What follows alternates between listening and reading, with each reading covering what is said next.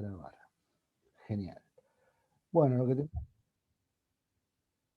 vamos a terminar el tema de la clase 8, la segunda parte. ¿Sí? Este tema es muy fácil. Yo no sé si hay algo en los seminarios, pero es útil para lo que vamos a hacer en la parte de laboratorio las 2 semanas que siguen. Y trata sobre, básicamente, la detección del punto final. O sea, cómo cuando uno está haciendo una valoración en el laboratorio, se da cuenta que llegó al punto de equivalencia. Uno agrega, todos los líquidos son todos incoloros. Si uno no tiene una técnica para detectar que llegó al punto de equivalencia, puede estar 10 años agregando cosas que nunca va a cambiar. Entonces, bueno, vamos a ver cómo se hace para detectar el punto de equivalencia. Antes que nada, repasamos un poco lo que vimos en la clase pasada. Habíamos visto que uno puede construir teóricamente curvas de valoración que nos dan el pH de la solución en función de lo que uno agregue como titulante. ¿Sí? Uno va agregando el titulante, que puede ser la base o el ácido, y va viendo cómo va cambiando el pH. En este caso, tenemos un ácido fuerte contra hidróxido de sodio. Entonces el punto de equivalencia se producía, como es un ácido fuerte, se producía a 7. ¿Sí? El salto en el punto de equivalencia es bien notorio, bien grande, y el pH en el punto de equivalencia es claramente 7, el caso más sencillo de todos. Cuando tenemos una base fuerte contra un ácido fuerte, era al revés, o sea, vamos en sentido contrario en la curva, pero el pH en el punto de equivalencia sigue siendo 7. Con un ácido débil, habíamos visto que el pH en el punto de equivalencia es ahora mayor que 7, aparece a pHs más grandes que 7, y cuando estoy valorando una base débil, el pH es inferior a 7. Esas son las características centrales de las curvas de titulación. Bueno, la idea es ver cómo detecto yo en el laboratorio, cuando estoy haciendo el experimento, ese punto de equivalencia. Antes que nada, bueno, un comentario.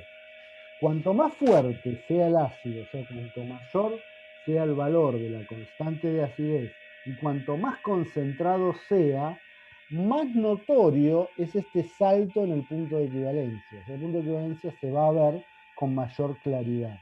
Cuando yo paso de ácidos moderadamente fuertes a ácidos más débiles, el punto de equivalencia es cada vez más difuso.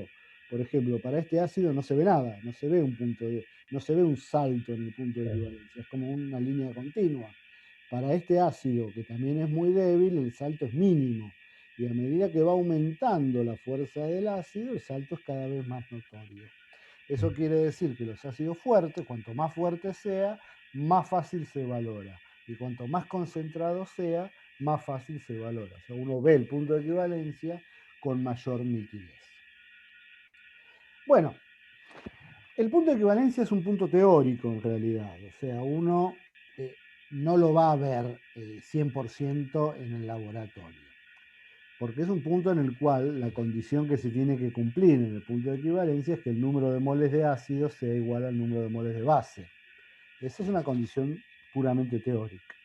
Lo que uno ve en el laboratorio es lo que se llama el punto final. El punto final es un punto, un cambio físico asociado al cambio de pH en el punto de equivalencia. O sea, nosotros sabemos que en el punto de equivalencia se produce un cambio brusco de pH. Ese cambio brusco de pH produce un cambio de algo, en alguna cuestión asociada al sistema, y lo que yo veo es ese cambio. A eso se lo denomina punto final. El cambio en el pH en el punto de equivalencia produce un cambio físico de alguna otra cosa que ahora vamos a ver. A eso se denomina punto final. Lo ideal es que los dos coincidan todo lo que se pueda, pero en realidad lo que uno ve es algo asociado al punto de equivalencia, no el punto de equivalencia de por sí. Vamos a ver con un poquito más de detalle. La manera más sencilla de detectar el punto de equivalencia es agregar un indicador. ¿Qué es un indicador? Bueno, es una sustancia que cambia de color en función del pH. O sea, cuando está en la forma ácida, cuando está en medio ácido, está de un color. Cuando pierde el protón y pasa a la forma básica, hola Jazmín,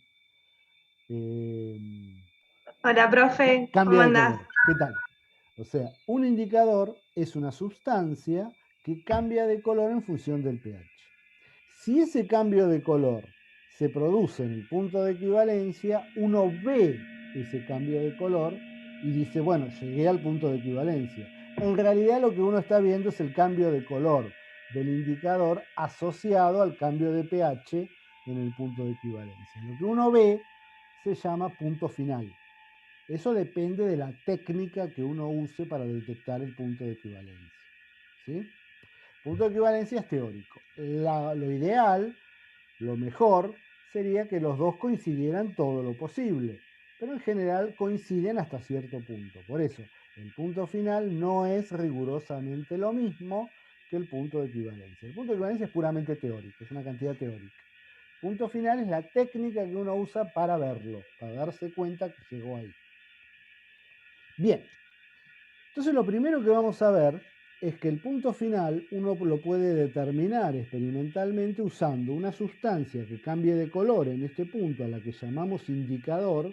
Esa sustancia se la agregamos nosotros al empezar la valoración, o si no, uno podría usar un aparatito que nos dice cómo va cambiando el pH a medida que uno hace la valoración.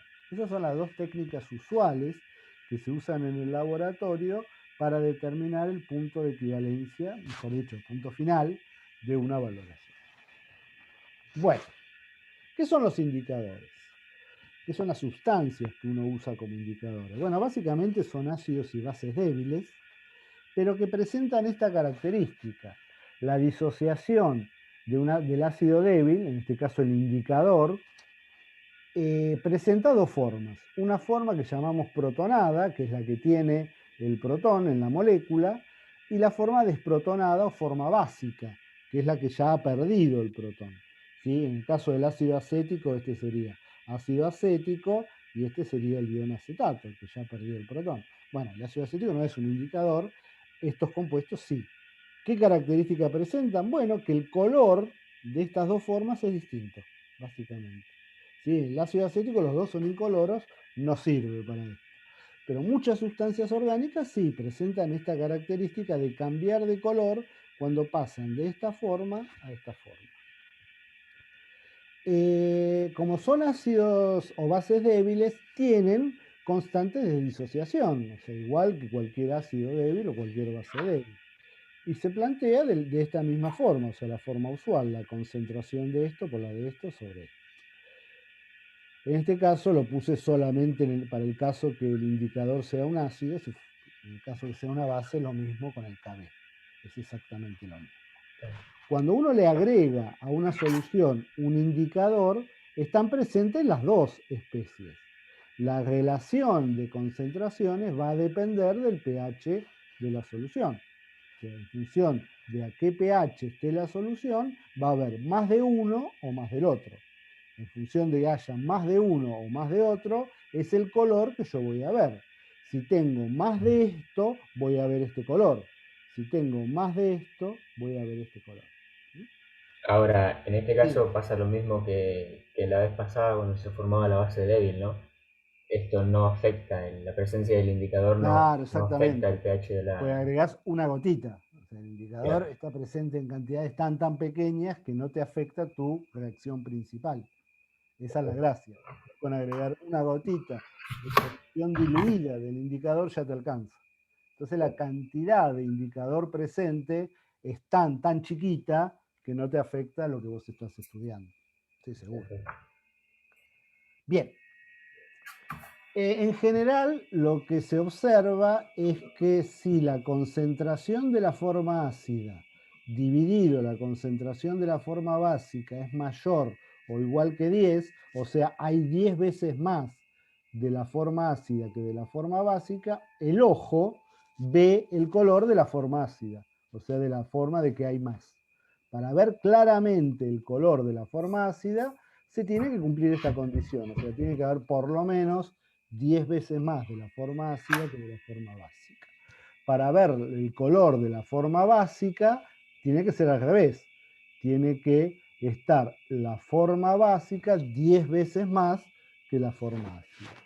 Y si estamos en el medio, o sea, en el medio de estas dos zonas, lo que se ve es una mezcla de colores, una mezcla del color de la forma ácida con el color de la forma básica. Estas mezclas de colores no son amigables para el ojo no distingue bien estas mezclas de colores. Entonces conviene siempre que uno de los dos colores sea incoloro. Entonces uno lo que ve es la aparición de un color, no el cambio entre un color y otro. Eso el ojo lo aprecia muy pobremente. Pero en cambio la aparición de un color a partir de algo incoloro se ve muy fácilmente. Entonces lo ideal es que el indicador, una de sus dos colores, una de sus dos formas, sea incoloro. Eso es mundo ideal, a veces se logra, a veces no. Bueno, en general, esto lo voy a pasar rápido porque es más bien un detalle técnico. Lo que uno va a ver es que si el pH de la solución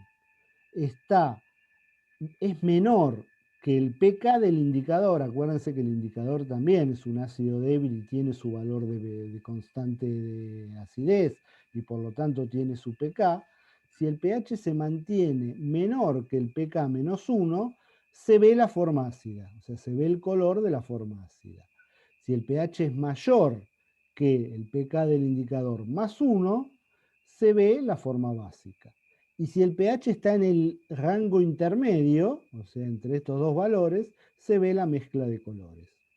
Este rango que está acá, que fíjense que se produce entre 2 unidades de pH, por ejemplo, si el pK del indicador valiese 5, el pH estaría entre 4 y 6.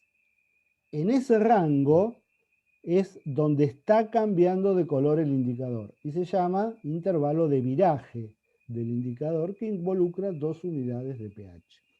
O sea, en todos los pHs comprendidos entre estos dos valores, uno lo que ve es el indicador cambiando de color. O sea, ve la mezcla de los dos colores. Ese es el intervalo de viraje del indicador y es una propiedad del indicador. O sea, cada indicador tiene su intervalo de viraje. Bueno, acá hay una serie de indicadores comunes, son cualquier cantidad, generalmente no se usan tanto, ¿sí? Fíjense, acá están los intervalos de viraje. Por ejemplo, este que se llama lisarina amarilla, cambia de amarillo en forma ácida a violeta de forma alcalina entre 10 y 12. O sea, por debajo de 10 es amarillo. Todo este rango es amarillo. A 10 empieza a cambiar lentamente y se transforma en violeta. Fíjense que acá hay un degradé de colores. Uno tiene que decidir cuándo aparece netamente el violeta. Eso es medio difícil para el ojo. Entonces estos indicadores no son muy buenos. La timolftaleína y mejor todavía la fenolftaleína, que es el top de los indicadores, es el más importante, el que más se usa y el que vamos a usar en el laboratorio, tiene un cambio de color entre incoloro y rojo. Entonces, esta aparición de rojo es mucho más notoria para el ojo la ve más fácilmente. O sea, vos tenés la solución incolora y de pronto, ¡puf!, se puso rojo. Ahí está el punto de equivalencia. Ahí no hay tanto problema de un color cambiando al otro y todo un degradé de colores. Bueno, ahí hay la aparición de un color y se ve claramente. La fenolftaleína tiene un rango de viraje, o sea, a 8 empieza a cambiar, a 10 ya está completamente rojo. Bueno, después hay un montón, ¿no? Fíjense, hay algunos pocos que cambian en la zona alcalina, que son estos dos que están acá arriba, y otros que cambian en la zona ácida. O sea, estos tienen el viraje de colores ya en la zona netamente ácida. Bueno, según la valoración que uno quiere hacer, uno elige un indicador cuyo intervalo de viraje coincida con el punto de equivalencia de la titulación que quiere hacer. Por eso nosotros la clase pasada nos tomamos tanto laburo de ver en qué zona de pH cambia cada tipo de titulación. Entonces uno, por ejemplo, a ver, no me quiero adelantar mucho, sigamos las filminas. Un indicador es apto para una valoración si su intervalo de viraje coincide con la variación de pH en el punto de equivalencia. Lo que hay que buscar es eso. Este gráfico, por ejemplo, me da la curva de valoración del ácido clorhídrico con hidróxido de sodio. Ácido fuerte, base fuerte. La primera que vimos. El punto de equivalencia caía en 7. Entonces yo me tengo que buscar algún indicador cuyo intervalo de viraje contenga el 7. O sea, que cambie de color en las inmediaciones del 7. Fíjense que este es un criterio que se puede hacer un poquito más amplio, porque, por ejemplo, yo lo que quiero detectar es que a 25 mililitros de agregado del titulante se produzca un cambio de color. Eso es lo que yo necesito. O sea, que el cambio de color me avise, llegaste al punto de equivalencia. Eso es lo que necesito. Fíjense, este es el ideal. ¿Este cuál es? El azul de bromotimol, que produce este cambio de color y el punto de equivalencia está justo en el medio. O sea, ese sería como el ideal. Pero estos dos, la fenolftaleína y el rojo de metilo, e inclusive este que está acá abajo, el azul de bromofenol, me dan la misma información, porque todos estos 4 indicadores a los 25 mililitros van a cambiar de color. Aunque estos no contengan al punto de equivalencia, no importa, como esta zona es tan vertical, es perfectamente una pared, todos estos indicadores van a cambiar de color a los 25 mililitros. Entonces todos me van a servir. Generalmente el que voy a usar, cuando tengo varios para elegir, uso la fenolftaleína. Si la fenolftaleína sirve, uso la fenolftaleína porque tiene esta propiedad de ir de incoloro a rojo y la voy a ver muy fácilmente en el laboratorio. ¿Sí? Cuando veamos los trabajos prácticos van a ver que se ve claramente. Los otros siempre es un poquito más ambiguo y hay que tener un poquito más de experiencia para ver dónde está justo el punto de equivalencia. Así que la fenolftaleína serviría perfectamente para la titulación de un ácido fuerte con base fuerte. Esto es un ácido débil, ¿sí? Con base fuerte. Fíjense que en este caso sí, la fenolftaleína funciona perfectamente porque además incluye al punto de equivalencia en su rango de viraje. Entonces, también para un ácido débil, la fenolftaleína puede ser un candidato muy, muy útil. El rojo de metilo no lo puedo usar en esta titulación, porque cambiaría de color a los 20 mililitros, o sea, antes del punto de equivalencia. Entonces me estaría cambiando de color antes del punto que yo quiero, antes de la llegada del punto de equivalencia.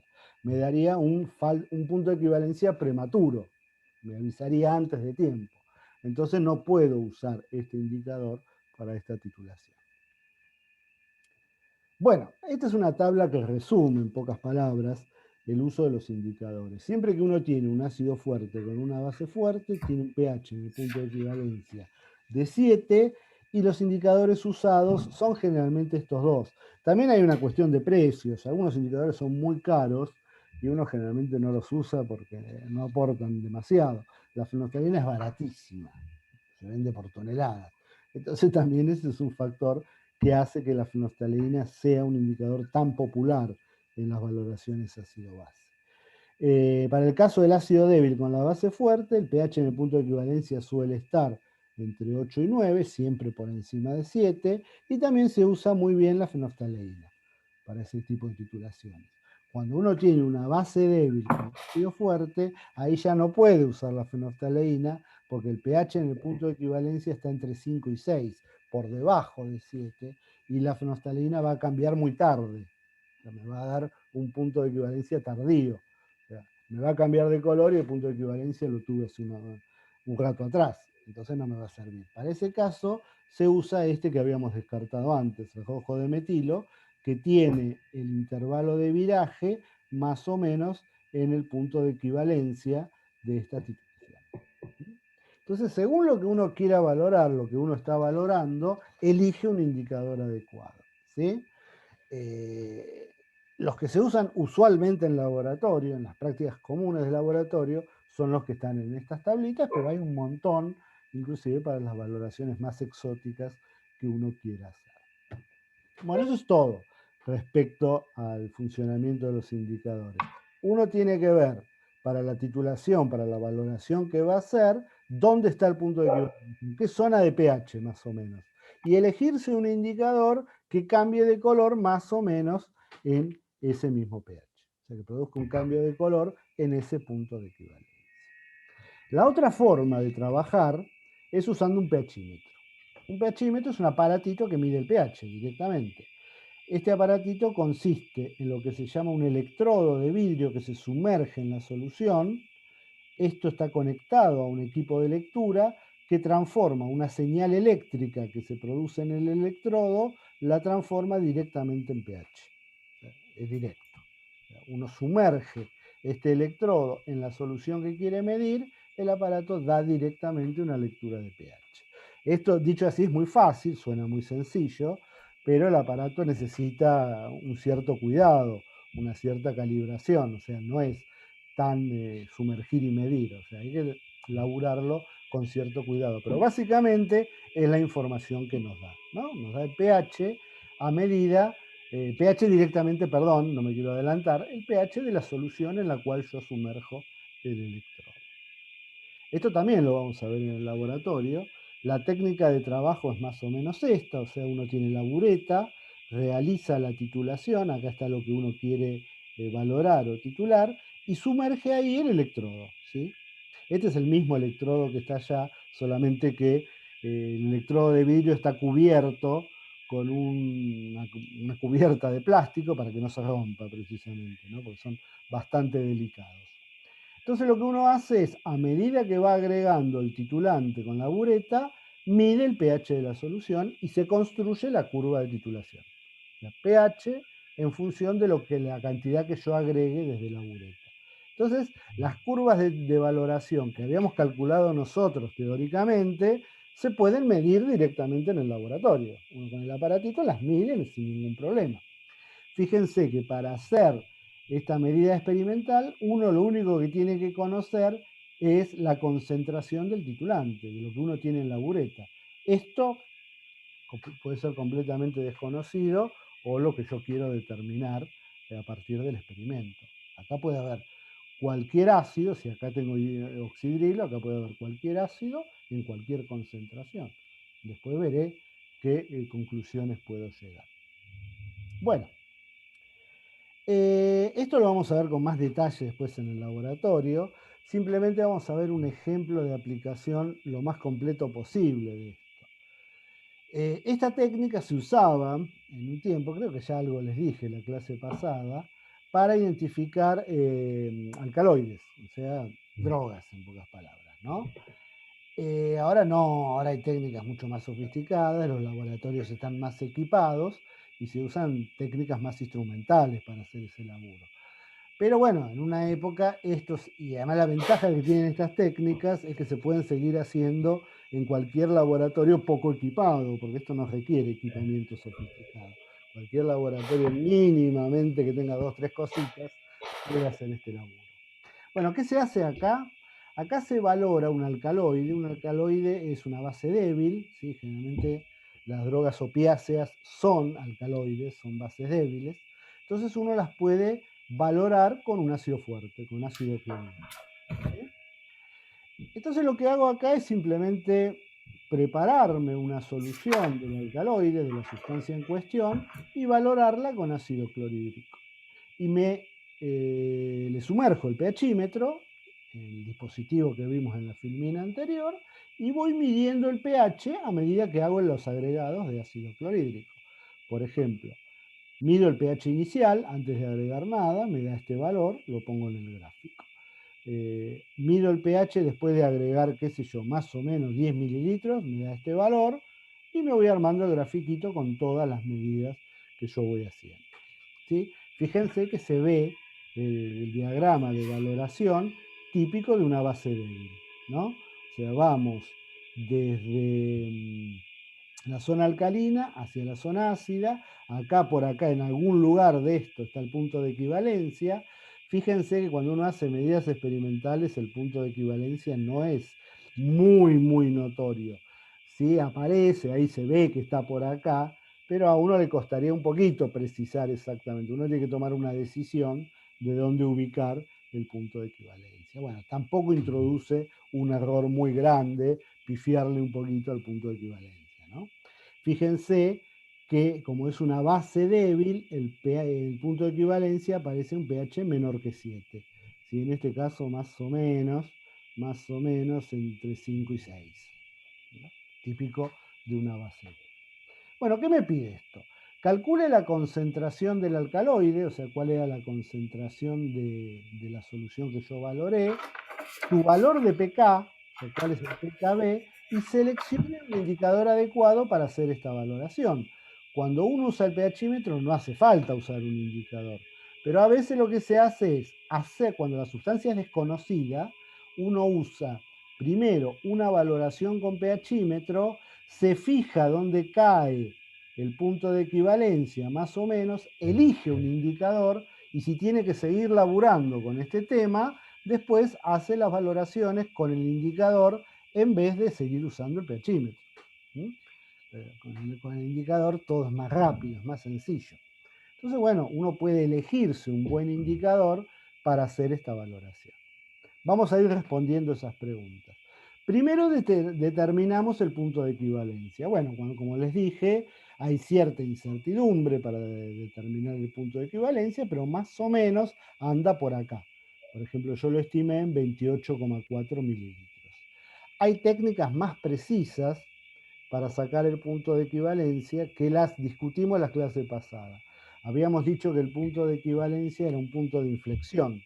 Entonces yo puedo graficar, como ahora los graficadores hacen de todo, yo puedo graficar la función, puedo graficar la derivada de la función y puedo graficar la derivada segunda de la función.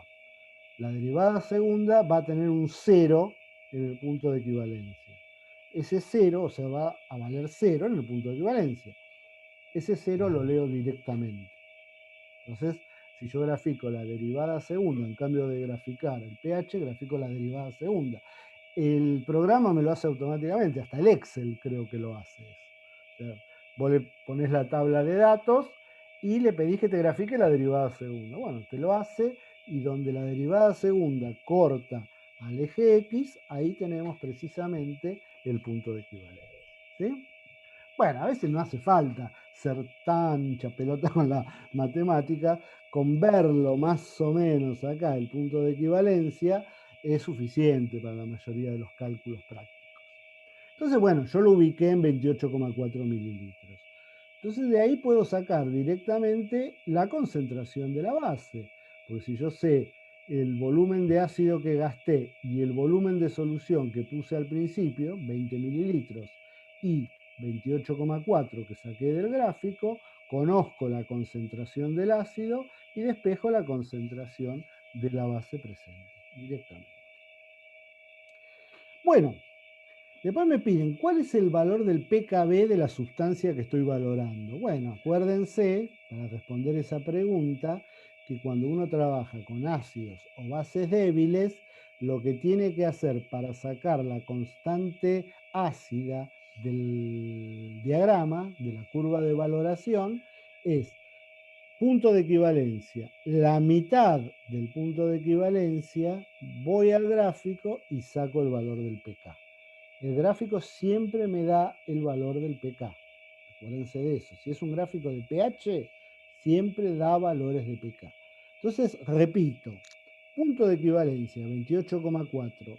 Voy al gráfico a la mitad, 14,2. Subo, leo el valor de pH correspondiente a ese volumen y ese valor de pH coincide con el valor del pK de la sustancia. Como esta sustancia es una base, el pKb va a ser 14 menos 1. Entonces ahí voy a tener la constante básica de la sustancia con la cual estoy trabajando. ¿Sí? Entonces, fíjense, para sacar la concentración me alcanza y sobra con el punto de equivalencia. Listo, con eso, con ese dato ya puedo calcular la concentración.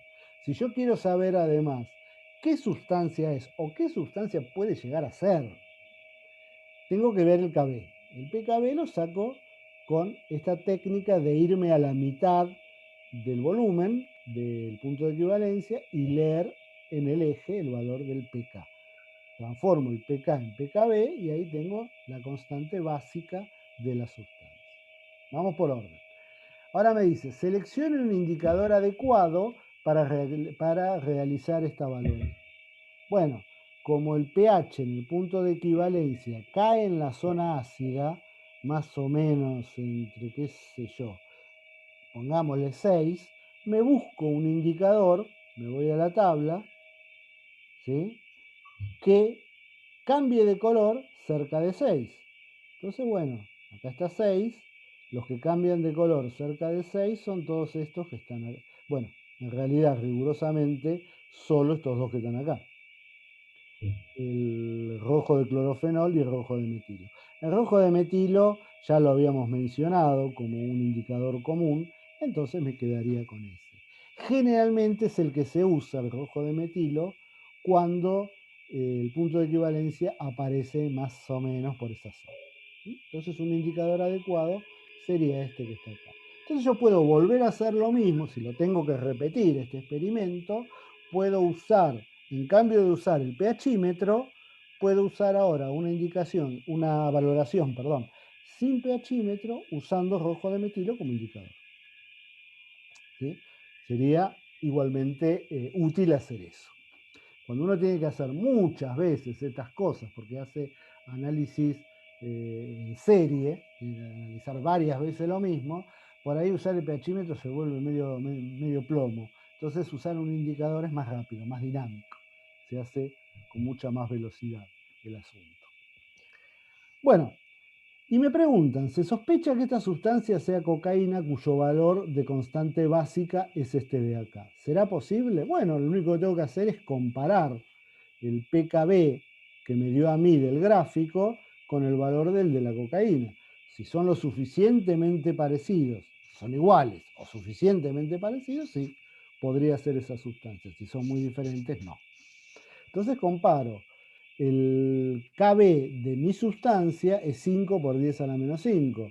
Es muy distinto, es casi un orden de magnitud distinto al de la cocaína, entonces no debe ser cocaína.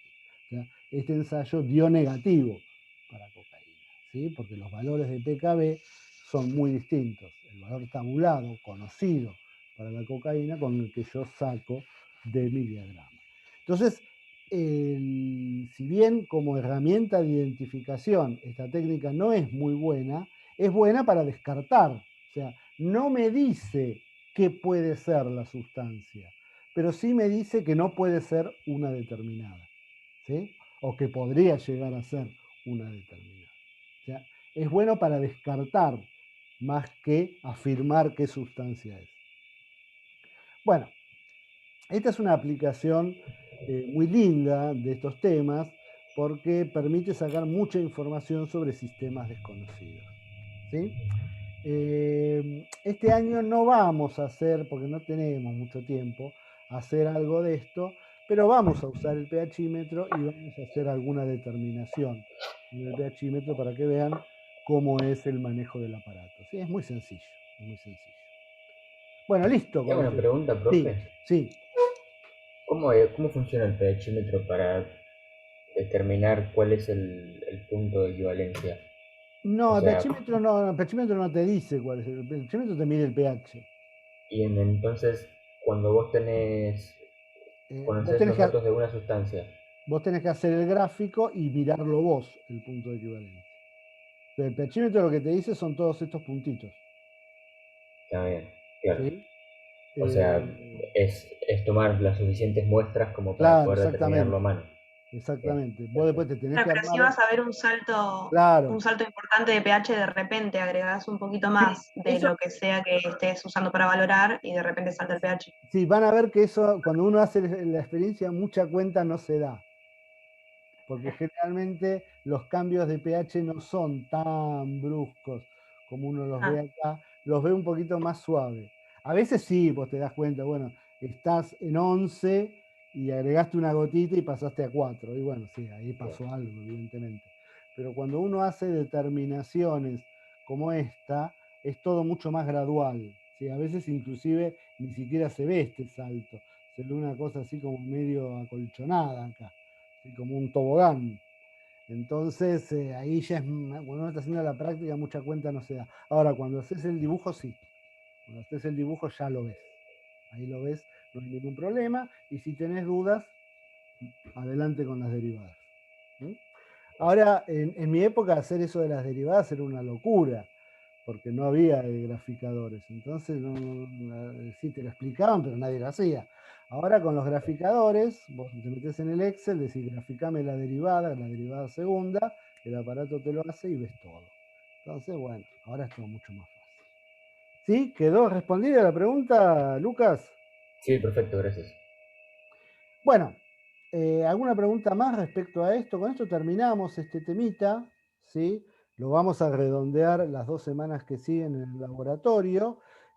Ya que estamos todos y tengo que hacer una transición con el tema que sigue, que es muy cortito, voy a aprovechar para hacerles una pregunta. ¿Ustedes la semana que viene y la otra, tendrían problemas de hacer los laboratorios el viernes en lugar del miércoles? No, ningún problema. Por lo menos yo. Sería Tenemos otro. filosofía, pero tarde, como a las 8 de la noche. No, ya terminamos. No, nosotros No. No sé, empezaríamos. Victoria. Sí, perfecto. ¿Sí? Sí, ¿Lucas? lo único, el Perdón. viernes que viene es 2 y Sí. el otro viernes es 9, que es feriado. Uy, qué macana. Bueno, vamos a hacer lo El siguiente. 2 podría ser y si no el 16, que Uy, no había el considerado siguiente acá. cae bien. Claro, el 9 de julio. Claro, porque se nos va después de la actividad 2. ¿Cómo no me di cuenta del 9 de julio? Bueno, no importa. La semana que viene pueden. Sí, el viernes Sí, 2. ¿Sí, Lucas? ¿También? ¿Ningún problema? sí, sí. Ah, no, Tipo. perdón. Viernes 2 es este. Claro, Viernes tenés 9 es razón. la Tenés siguiente. razón. Sí, tenés razón. Claro, el 9 es la semana que viene. No, por Dios. Por ahí la semana que viene se puede hacer en otro día, no sé si el miércoles se podría hacer. No sé. Pues yo te estoy coordinando también con los chicos de la cohorte 2020. Claro. Se va a complicar mucho el asunto, así que vamos a dejar las cosas como están. Del 2020, y no van a ser los mismos laboratorios que nosotros. Sí, hacen lo mismo, pero lo que pasa es que ellos el Pero miércoles. no podemos juntarnos todos. No pueden el miércoles porque tienen no sé qué materia. Ah, Claro. Entonces, bueno, vamos a hacer una cosa. Ustedes háganlo el miércoles y en horario habitual, no, a ustedes no los perturbo y después arreglaré con ellos. Yo me había olvidado lo del 9 de julio. Me había olvidado, se me pasó completamente. Bueno, listo. Se acabó el problema. Ustedes el miércoles. El miércoles nos dale, el miércoles juntamos. que viene, Sí, laboratorio. nos juntamos a las 5, vamos a poner un horario, total es horario de la materia, así que no hay problema. Nos juntamos a Bien. las 5 en el laboratorio. ¿Sí? Buenísimo. Bueno, cerramos la primera parte de la materia con otro temita, que es muy corto, es una cuenta básicamente nada más. Vamos a dejar de compartir esta pantalla.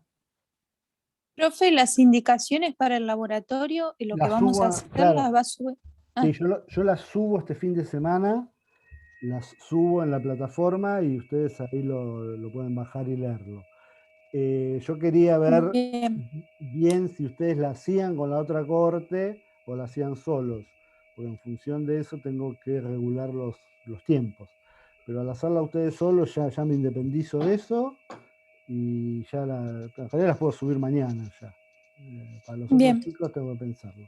Pero lo de ustedes ya mañana o el viernes a más tardar ya va a estar en plataforma.